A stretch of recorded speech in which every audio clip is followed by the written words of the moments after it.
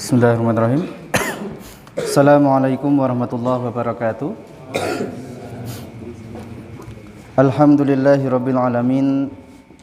Alhamdulillahilladzi hadana li hadza wa ma kunna linahtadiya laula an hadanallah. Asyhadu an la ilaha illallah wahdahu la syarikalah wa asyhadu anna Muhammadan abduhu wa rasuluhu la nabiyya wa la rasula ba'dah, amma ba'd. Allahumma salli wa sallim wa barik ala sayyidina Muhammadin wa ala alihi wa sahbihi ajma'in. Ikhwati fillah rahimakumullah. Malam hari ini kita ingin melanjutkan kembali membaca sirah nabawiyah. Bab yang akan kita baca adalah Fathu Makkah. Fathu Makkah sering diterjemahkan sebagai penaklukan kota Makkah. Meskipun sebenarnya kata fatah itu dari kata fataha. Apa artinya? Menarianto. Fataha apa? Membuka. Nah, Fathu Makkah itu pembukaan kota Makkah. Cuma kalau pakai pembukaan kita juga nggak terlalu paham. Maksudnya apa kok dibuka? Karena beda antara fatah dengan penjajahan. Ya, fatah dengan penjajahan beda. Kalau dulu Belanda, Jepang, apalagi Portugis datang ke Indonesia, maka mereka bukan membuka, tapi menjajah.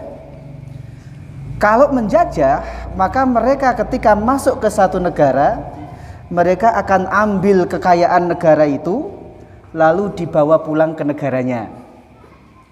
Syukur kita masih ditinggali kebun teh sama pabrik teh. Ya kan? Tapi biasanya penjajah itu akan mengeruk habis kekayaannya negara itu yang dijajah, lalu dibawa pulang. Negara yang dijajah nggak terlalu diurus. Beda sama fatah. Kalau Islam masuk ke satu negeri, maka dia akan membuka. Namanya membuka. Nah, dulu tempat itu mungkin tidak layak untuk dihuni, setelah dibuka menjadi layak, kan gitu. Dulu tempat itu tidak makmur, setelah dibuka maka menjadi makmur. Maka umat Islam ketika masuk ke satu negeri, dia akan ikut membangun negeri yang dibuka itu. Silahkan lihat di mana umat Islam masuk kemudian dikeruk kekayaannya, terus negerinya dibiarkan tidak diurus. Tidak ada.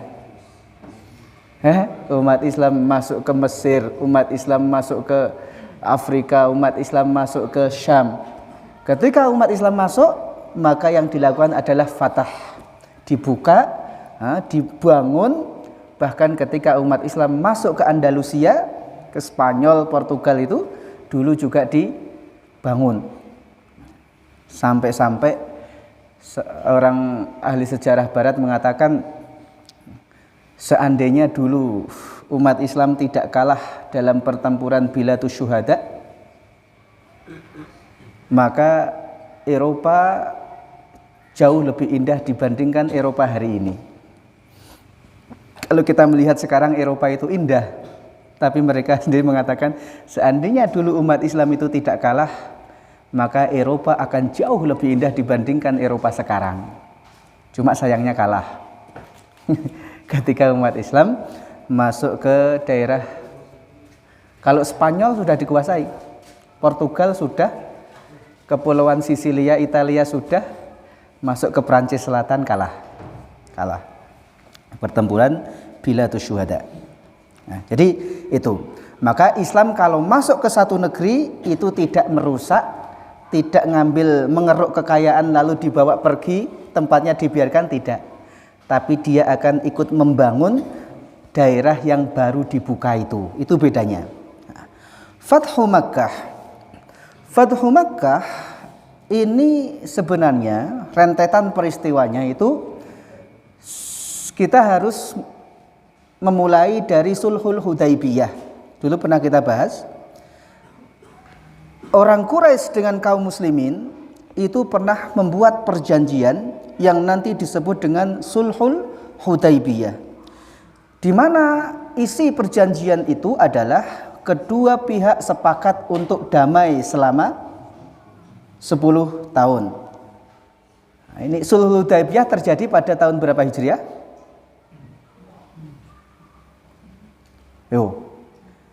Tahun Sulhul Hudaibiyah 6 Hijriah.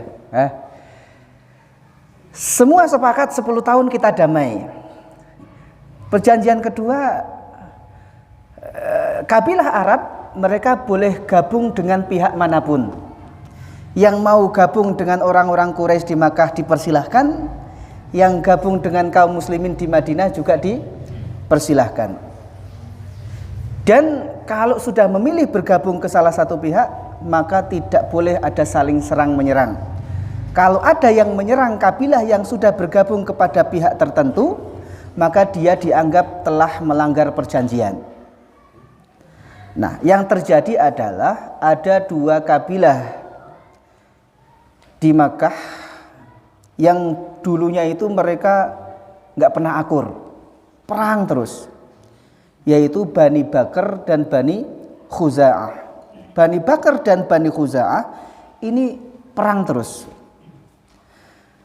Bani Bakr itu kalah terus dulu kan. Kalau perang sama Bani Khuza'ah kalah terus. Nah, setelah ada perjanjian Sulhul Hudaibiyah, Bani Bakr memilih untuk bergabung dengan orang-orang Quraisy. Karena mereka, orang Quraisy lebih kuat, gabung sama yang lebih kuat. Bani Khuza'ah karena mayoritas itu masuk Islam, mereka bergabung dengan kaum muslimin di Madinah. Nah, ini damai. Sehingga nanti Bani Bakr itu masih menyimpan dendam. Karena mereka dulu kalau perang sama Bani Khuza'ah itu selalu kalah. Mereka menyimpan dendam. Bani Khuza'ah juga tidak persiapan karena ini sudah masa-masa damai. Sehingga masuk Makkah ya biasa aja, tidak ada persiapan perang. Tiba-tiba Bani Khuza'ah kemudian diserang oleh Bani Bakr. Serang.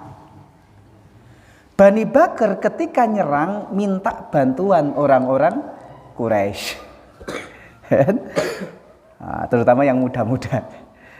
Meskipun mereka nyerangnya malam hari, pakai nutup wajah, gitu kan. Tapi orang-orang Quraisy kemudian membantu Bani Bakr menyerang Bani Khuza'ah. Akhirnya kemudian Bani Khuza'ah ini mengirim utusannya kepada Rasulullah SAW.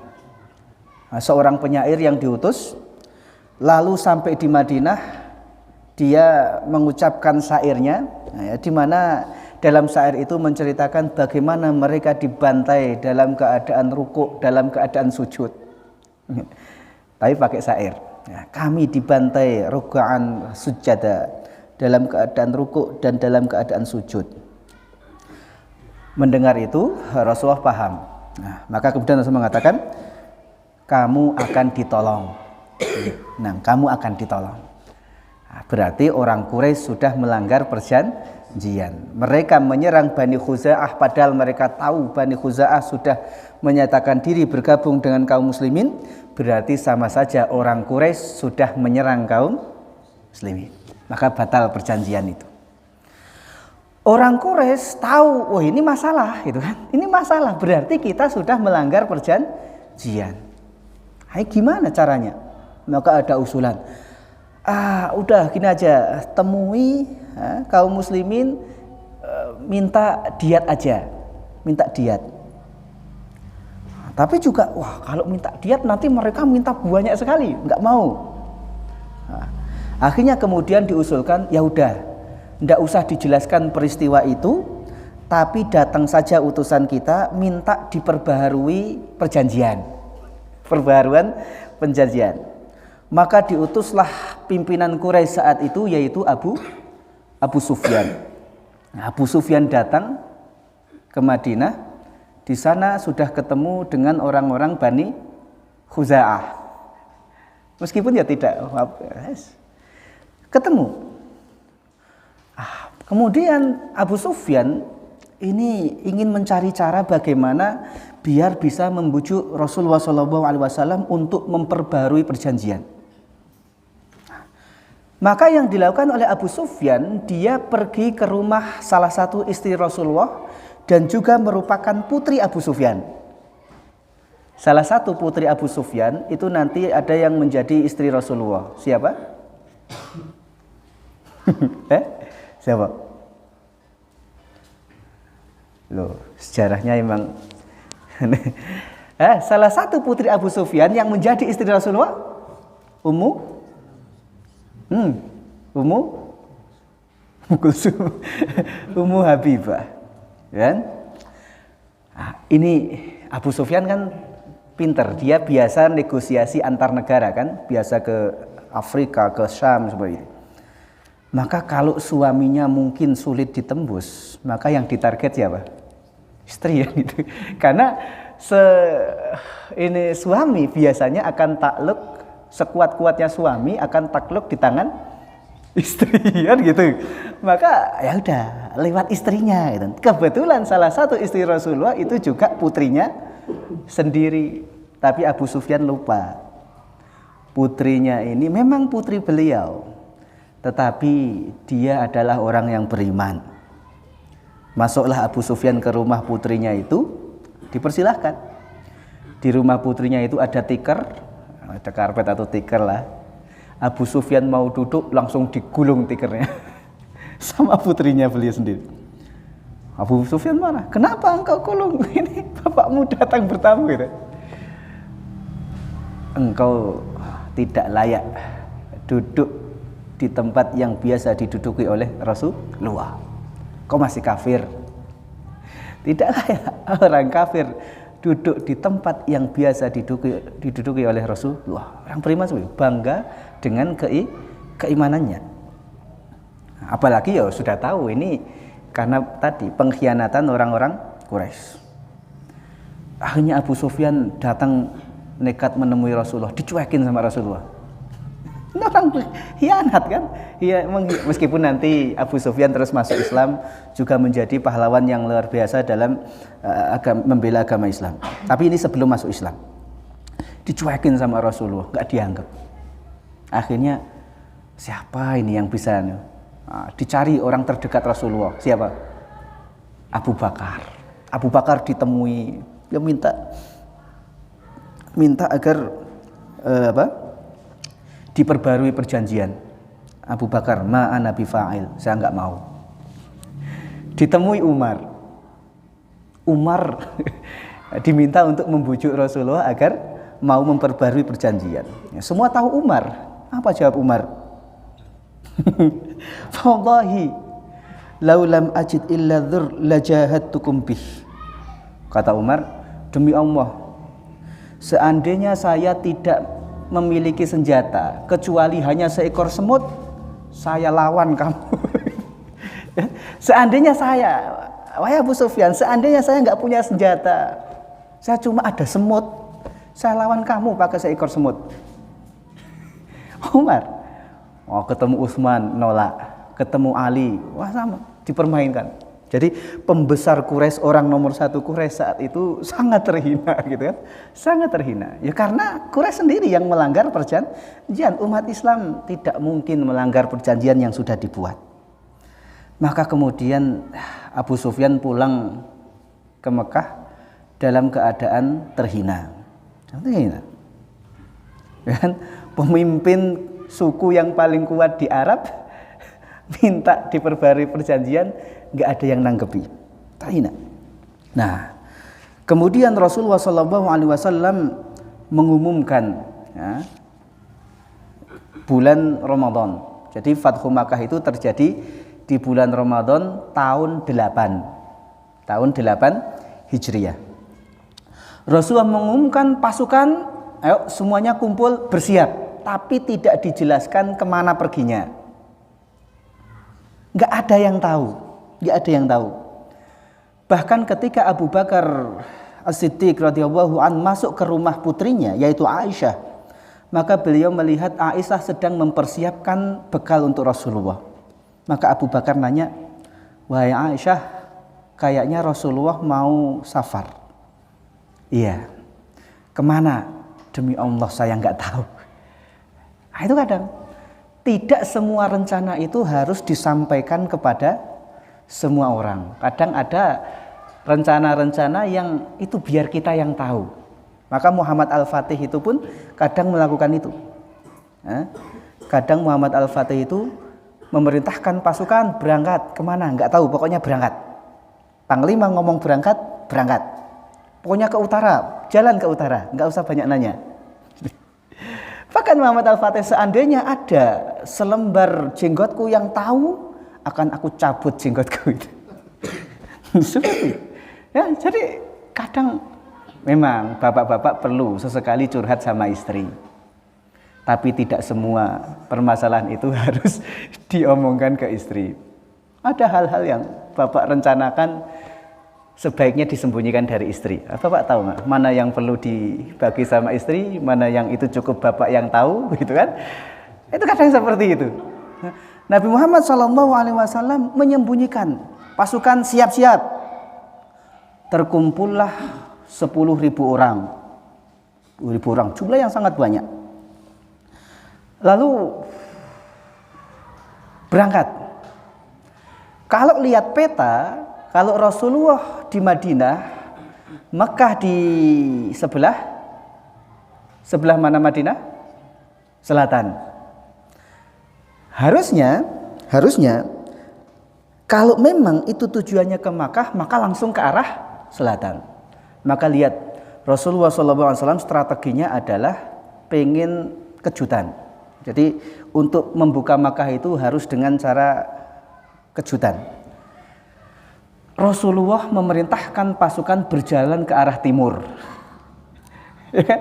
Maka orang nebak-nebak, nggak ada yang tahu ini kita disuruh berangkat. Kayaknya ke Makkah ini kan. Tapi begitu datang komando, pasukan berjalan ke arah timur, ke daerah Udum atau mana. Loh kok malah ke timur gitu kan. Nah orang mulai, loh ini kayaknya nggak ke Makkah ini kan. Makkah di sebelah selatan. Lah kok kita malah disuruh ke timur. Para Azhar mengatakan itu strategi Rasulullah untuk memecah isu-isu yang beredar. Nah, agar nanti ya, musuh tidak tahu kedatangan gitu kan. Ataupun kalau toh tahu itu sudah terlambat mereka gitu. Kita kok malah ke timur gitu. Nah, sampai di daerah itu barulah kemudian Rasulullah menjelaskan rencananya. Kita akan menyerang Makkah. Ada seorang sahabat mulia Hatib Ibn Abi Balta'ah kemudian nulis surat yang isinya memberitahukan kedatangan kaum muslimin kepada orang-orang Quraisy di Makkah. Lalu surat itu dibawa oleh seorang wanita, disuruh bawa ke Makkah. Rasulullah SAW kemudian diberitahu oleh Allah Subhanahu wa taala melalui wahyu, ada wanita yang membawa surat yang isinya membocorkan rencana beliau. Maka kemudian Rasulullah mengutus Ali bin Abi Thalib kalau tidak salah untuk hadang wanita itu di tempat ini, nanti minta isi suratnya. Nah, akhirnya betul, ternyata di situ dijumpai ada seorang wanita yang membawa surat. Setelah dibuka ternyata suratnya dari sahabat Hatib ibn Abi Balta'ah. Dipanggil Hatib ibn Abi Balta'ah. Kalau Umar ya udah Rasulullah serahkan ke saya penggal lehernya. Rasulullah, ya Umar, Hatib itu syahidah Badron. Hatib itu termasuk sahabat yang ikut perang Badar. Allah sudah memaafkan dosa-dosa orang yang ikut perang Badar. Tidak bisa. Terus kenapa Hatib kok? Ya karena Rasulullah, saya punya keluarga di Makkah. Bukan keluarga di Makkah. Ya kadang seperti itu. Dimaafkan. Hatib ibn Abi Balta'ah dimaafkan. Nah, singkat cerita, berangkatlah pasukan itu menuju Makkah. Menuju Makkah 10.000 orang. Nah, sebelum masuk kota Makkah, mereka berhenti di daerah yang disebut sebagai Marud Dhahran. Marud Dhahran, saya juga tahu mana Marud Dhahran. Di situ kemudian Rasulullah merintahkan pasukan untuk istirahat, mereka menyalakan api unggun yang sangat banyak sehingga penduduk Makkah melihat terang benderang saat itu. Maka semuanya penasaran, loh ini apa gitu kan? Kok tiba-tiba Mekah sudah dikepung oleh sekian banyak pasukan, 10.000 orang. Maka kemudian Abu Sufyan melihat itu, ternyata ketemu sama Abbas. Ini apa wahai Abbas? Ini Muhammad sallallahu alaihi wasallam datang bersama kaum muslimin untuk membuka kota Makkah. Akhirnya dibawa Abu Sufyan ke tenda Rasulullah. Disuruh syahadat, awalnya muter-muter Abu Sufyan. Tapi kemudian Abu Sufyan ini mengikrarkan keislamannya. Setelah masuk Islam, maka Abu Abbas membisiki Rasulullah. Ya Rasulullah, inna Aba Sufyan rajulun yuhibbul fakhr. Faj'al lahu syai'a. Wahai Rasulullah, Abu Sufyan ini orang yang suka dengan apa? Fakhr itu kebanggaan. Dia itu senang bangga gitu. Belilah dia sedikit. Jadi nggak apa-apa. Kadang kalau menyikapi orang-orang yang senang dengan yang seperti itu nggak apa-apa diberi jabatan apa gitu kan. Kadus, RT apa gitu. Yang penting dia diam gitu. Yang penting nggak ganggu. Nggak apa-apa dikasih gitu kan.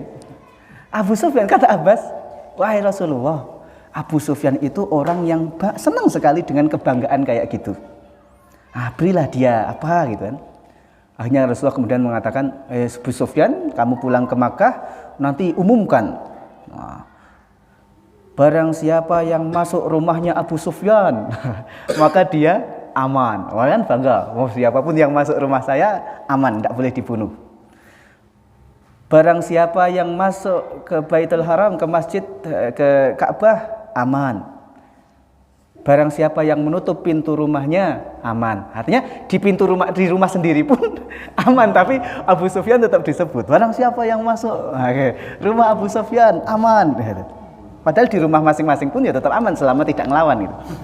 Kadang seperti itu. Ada orang-orang yang ya perlulah dikasih. Ini kenapa kok ganggu terus misalnya? Oh dia cuma minta sedikit apa gitu kan? Kasih. Biar kemudian tidak ganggu gitu. Nggak apa-apa, dan ngalas gitu. Abu Sufyan nanti jadi orang yang luar biasa. Jadi orang yang luar biasa, punya anak juga luar biasa, Muawiyah.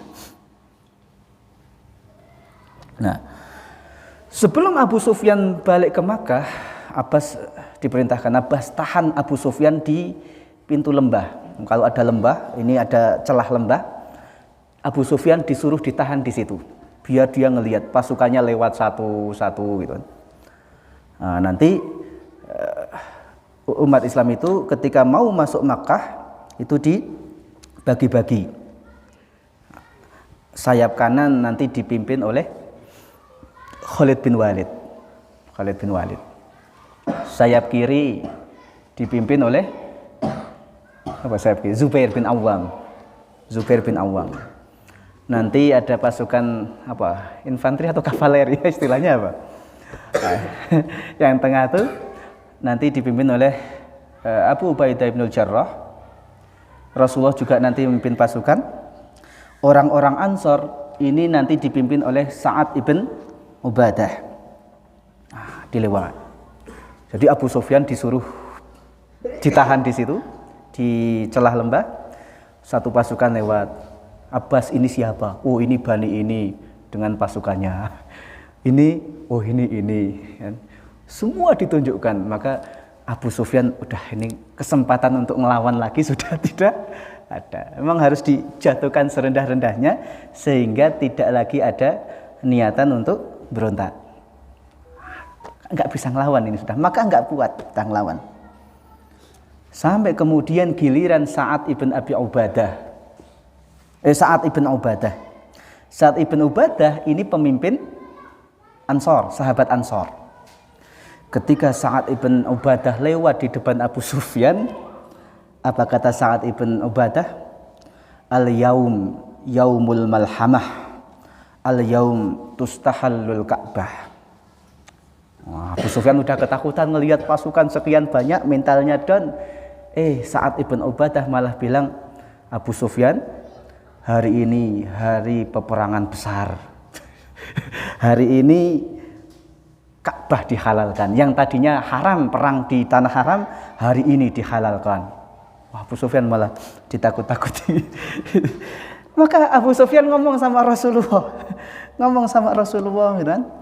Rasulullah Sa'ad ibn Ubadah masa bilang seperti itu, masa ini hari peperangan besar. Maka dijawab oleh Rasulullah, tenang. Balil yaumur rahmah, al yaum yu'adzimu Allahu Ka'bah. Ndak, hari ini justru hari kasih sayang. Hari ini Allah akan mengagungkan Ka'bah. Itu jawaban Rasulullah. Maka kemudian Sa'ad ibn Ubadah, mana benderamu, berikan kepada anakmu, dicopot. Karena Rasulullah tidak menginginkan ada pertumpahan darah. Ketika Sa'ad ibn Ubadah ngomong seperti itu, Sa'ad ibn Ubadah, benderamu copot.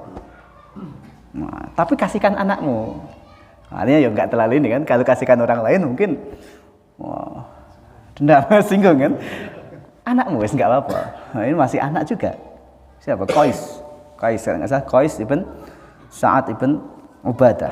Berikan anakmu. Ini kita datang itu untuk fatah, bukan untuk membantai. Islam datang seperti itu. Enggak ada Islam datang ke satu daerah kemudian terjadi pembantaian besar-besaran. Enggak ada.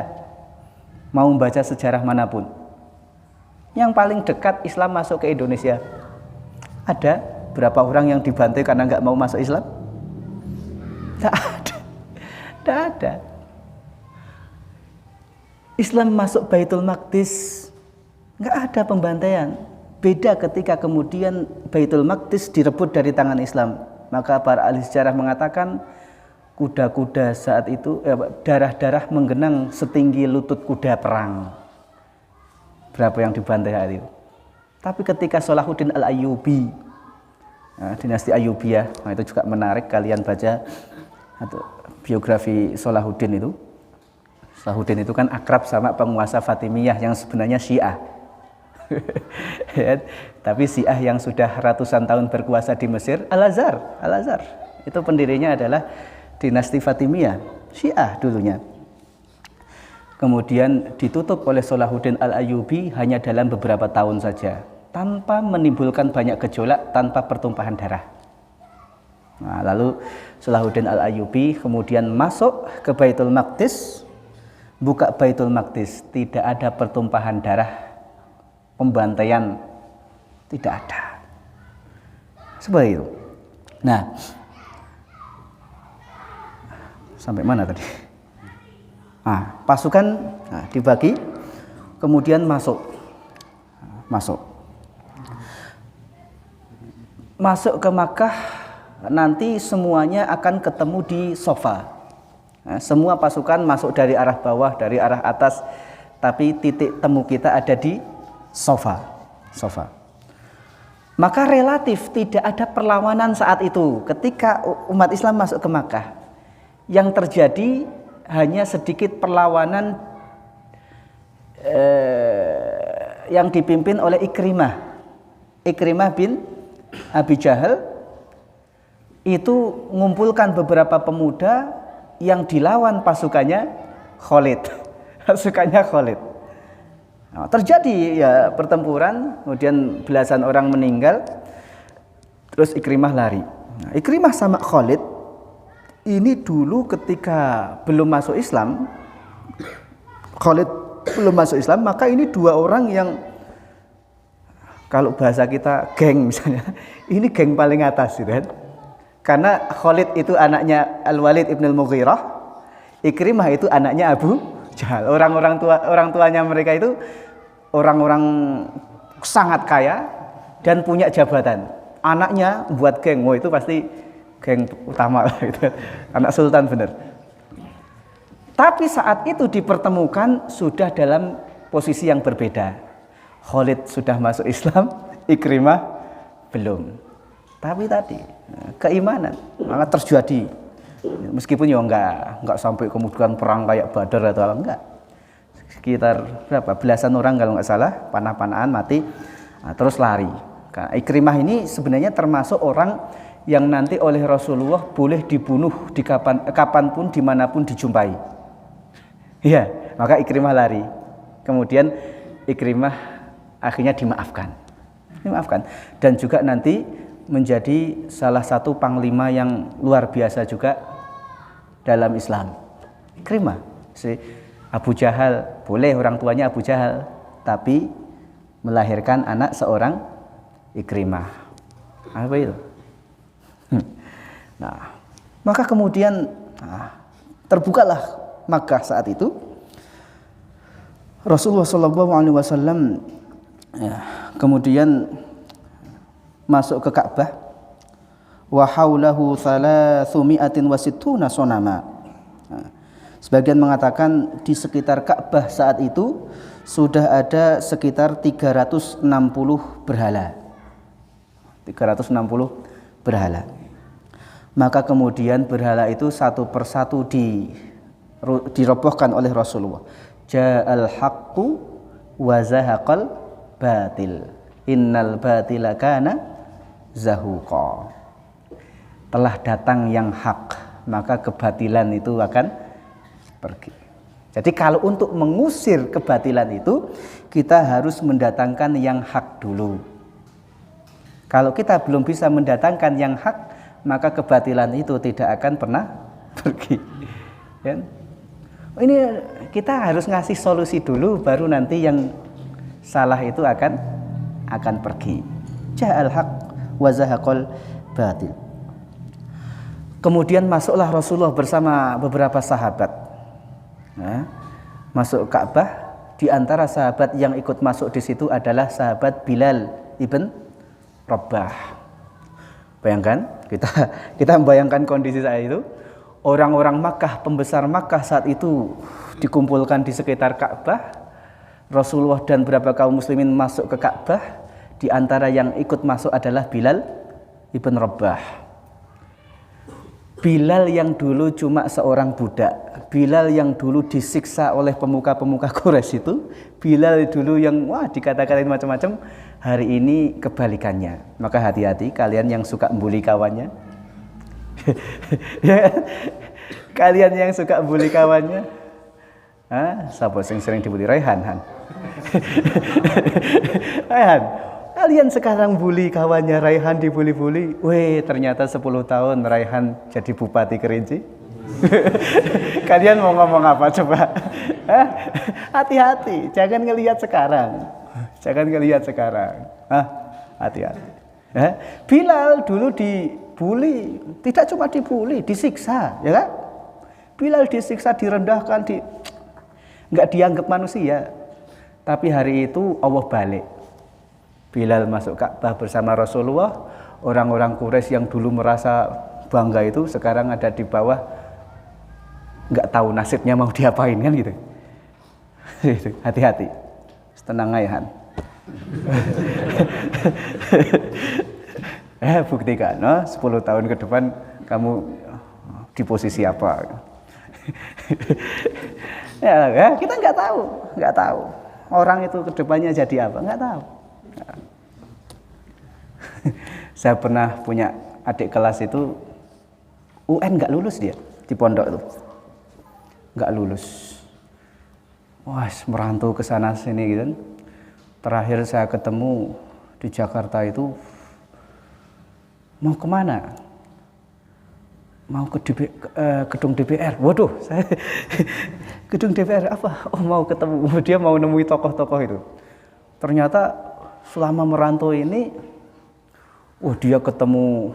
Jadi dia ya dari pondok bisalah baca dikit-dikit baca kitab. Dia jadi marbot masjid di Lampung. Orangnya orang Maluku, anak Maluku. Merantau ke Jakarta, nyebrang ke Lampung, jadi marbot masjid di Lampung. Di masjid itu ada kajian. Kebetulan hari itu pengisinya nggak datang. Majulah dia gitu kan. Dari pondok kan gitu. Maju, ternyata baru orang-orang masjid itu, loh kamu bisa toh membaca? Yo bisa, sedikit banyak bisa. Akhirnya oleh masjid itu dikuliahkan. Ketika kuliah ini dia aktif. mewakili kampus apa.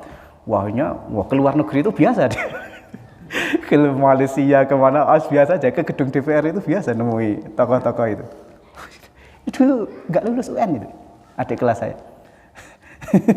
Jadi ya jangan kalian lihat sekarang, nanti nggak tahu kedepannya bagaimana. Ya, Bilal dulu direndahkan, nggak dianggap, tapi hari itu Allah angkat. Nah, sementara orang-orang Quraisy ini, wah mereka sedang nunggu itu kan, nasibnya bagaimana kita ini. Nah, kemudian Rasulullah Shallallahu Alaihi Wasallam khutbah lah. La ilaha illallah wahdahu la syarikalah sadaqa wa'dah wa nasara 'abdah. Ini kalau apa dibaca biasanya takbiran. La ilaha illallah wahdah la syarikalah sadaqa wa'dah wa nasara 'abdah wa hazamal ahzaba wahdah. Ala kulli ma'tharatin aw damin aw malin yad'an fiha fa huwa tahta qadami hatain. Seperti itulah. Rasulullah kemudian khutbah seperti itu. Sampai kemudian Rasulullah mengucapkan satu pertanyaan. Ya ma'syara Quraisy, ma tarawna anni fa'ilun bikum? Wahai orang-orang Quraisy, menurut kalian apa yang akan saya lakukan? Orang Quraisy mereka teringat kan dulu ngusir Rasulullah, dulu memerangi Rasulullah, bahkan dulu menyiksa pengikut Rasulullah sampai syahid. Nah sekarang keadaan dibalik. Rasulullah nanya, orang Quraisy, kira-kira apa yang saya lakukan? Karena biasanya hukuman mati kan gitu. Maka jawaban orang Quraisy, ini jawaban orang kalah. Khairon akhun karim wa bnu akhin karim. Baik, pasti kebaikan. Engkau adalah saudara kami yang mulia, engkau anak. Bahasa orang kalah kayak gitu kan, memelas. Itu bahasa orang kalah. Khairan akhun karim wa bnu akhin karim. Kebaikan yang kau akan lakukan adalah kebaikan. Engkau adalah anak saudara kami yang mulia, engkau adalah saudara kami yang mulia, anak dari saudara kami yang mulia. Dulu nuduh-nuduh tukang sihir, sekarang posisinya dibalik, akhun karim, wabnu akhin karim. Bahasa orang kalah, bahasa memelas. Maka apa kata Rasulullah SAW? Hari ini aku akan mengatakan sebagaimana dulu Yusuf mengatakan untuk saudara-saudaranya. Dulu yang buang Yusuf ke sumur siapa? Saudaranya. Ketika kemudian keadaan dibalik, Yusuf menjadi salah satu penguasa di Mesir, saudara-saudaranya datang. Apa yang dilakukan oleh Yusuf? La tathriba alaikumul yaum. Mudah. Nah, yang dulu itu sudah dianggap tidak ada, kalian dimaafkan. Maka kemudian saya pun ingin mengatakan seperti yang Yusuf katakan kepada saudara-saudaranya. Tidak ada dendam, tidak ada apa. Ilhabu fa antumut tulaqa. Kalian boleh pergi, kalian semua bebas. Itulah al-afwu indal maqdirah. Memaafkan ketika mampu untuk membalas. Itu pemaafan yang paling tinggi. Beda memaafkan karena terpaksa gitu. Atau memaafkan karena gimana, kalah gitu kan. Ada orang mukul kita, mau marah, orangnya badannya lebih besar dari kita, udahlah saya maafkan. Itu kan memaafkan karena gak berani gitu kan. Nah sekarang Rasulullah kalau seandainya orang kafir Quraisy semuanya dipenggal, penggal semua, mereka sudah gak bisa ngelawan. Tapi Rasulullah SAW mengajarkan ilhabu fa antumut tulaqa, memaafkan ketika kita mampu membalas orang yang pernah berbuat salah kepada kita. Itu baru hebat. Itu baru hebat. Ya? Ada orang yang pernah menyakiti kita, pernah mendolimi kita. Sekarang posisi dibalik, kita bisa membalas itu, tapi tidak kita lakukan. Nah, maka kalau ada yang mencela, ada yang jangan dibalas dengan celaan. Kalau ada orang mencela kita balas dengan celaan yang sama, berarti apa bedanya kita dengan dia? Sama aja, sama kan? Ya, buktinya sama-sama mencela. Nah, tapi ya, ketika ada orang mencela kita, ada orang mendolimi kita, dan nanti kondisinya dibalik oleh Allah Subhanahu Wa Taala, maafkan. Itu ya, kalau kita mau meneladani Rasulullah SAW, justru dalam peristiwa Fathu Makkah itu Rasulullah memaafkan seluruh orang Quraisy. Bahkan nanti beberapa orang Quraisy yang tadinya sudah divonis harus dibunuh, itu pun sebagian dimaafkan seperti Ikrimah. Berat. Tapi itu yang dicontohkan oleh Rasul kita. Ya. Maka ya, buanglah sifat dendam kepada saudara, ingin membalas saudara yang dolimi kita. Mungkin ya memang nanti juga penduduk surga diberi kesempatan untuk membalas penduduk neraka gitu kan. Nggak apa-apa. Tapi kalau kita mau lebih dari itu, maka lakukan seperti yang dilakukan oleh Rasulullah, al-afwu indal maqtirah. Maafkan ketika kita mampu untuk membalas, justru dimaafkan. Apa? Nah, ya, itu Fathu Makkah. Jadi Fathu Makkah terjadi pada bulan Ramadan tahun 8 Hijriah. Tahun 8 Hijriah. Nanti setelah peristiwa Fathu Makkah itu juga terjadi pertempuran besar di mana itu mungkin pertempuran umat Islam pasukannya lebih banyak dibandingkan musuh. Ya, terjadi bulan Syawal kalau tidak salah, bulan Syawal tahun 8 Hijriah. Yaitu perang Hunain. Tapi lihat pasukan Islam yang biasanya selalu kalah jumlah, hari itu mereka menang jumlah, tapi justru awal-awal peperangan mereka hancur berantakan. Sampai sebagian mengatakan semuanya lari, padahal jumlah pasukan itu 12.000. Ketika masuk Makkah tadi berapa? 10.000. Nah, terus kan penduduk Makkah masuk Islam. Nah, ada perang Hunain, maka kemudian yang berangkat ke perang Hunain itu sekitar 12.000. Ada tambahan. Tapi semuanya lari. Sebagian ahli sejarah mengatakan yang tersisa tinggal 12 orang. Pasukan 12.000 kocar-kacir yang ada di sekeliling Rasulullah tinggal 12 orang. Nah, ini sahabat-sahabat utama, Abu Bakar, Umar, Abbas. Ya kembali. Nah, kadang jumlah yang banyak itu tidak selalu menguntungkan. Ada tambahan amunisi baru. Justru itu masalah kadang. Perang Hunain itu 10.000, ini sahabat yang memang datang dari Makkah. Ketambahan 2.000 harusnya semakin kuat, tapi justru malah kadang malah kacau gitu. Kadang malah kacau. Karena ini nyebar, yang 2.000 ini wah lari, yang ini ikut lari gitu.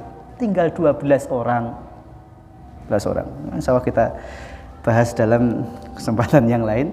Terus bagaimana cara cara Rasulullah mengumpulkan kembali itu sahabat-sahabat yang sudah berlarian, bahkan onta-onta ada yang ditarik untuk balik lagi, itu ada yang nggak mau, saking paniknya. Saking paniknya. Tapi Rasulullah berhasil mengumpulkan kembali, menyatukan kembali yang tercerai-berai itu. Maka kalau ada kelompok, ada apalah, ini kadernya udah mulai berantakan, itu belajar dari perang Hunain bagaimana kemudian disatukan kembali. Ternyata yang menyatukan itu bukan panggilan dunia. Bukan panggilan dunia. Ayo kembali, nanti dapat jabatan ini. Tidak akan balik orang itu. Yang menyatukan adalah nanti panggilan-panggilan akhirat. Wallahu a'lam bishawab. Kita tutup dengan hamdalah dan doa kafaratul majelis. Alhamdulillahirabbil alamin. Subhanakallahumma bihamdika asyhadu an la ilaha illa anta astaghfiruka wa atubu ilaik. Assalamualaikum warahmatullahi wabarakatuh.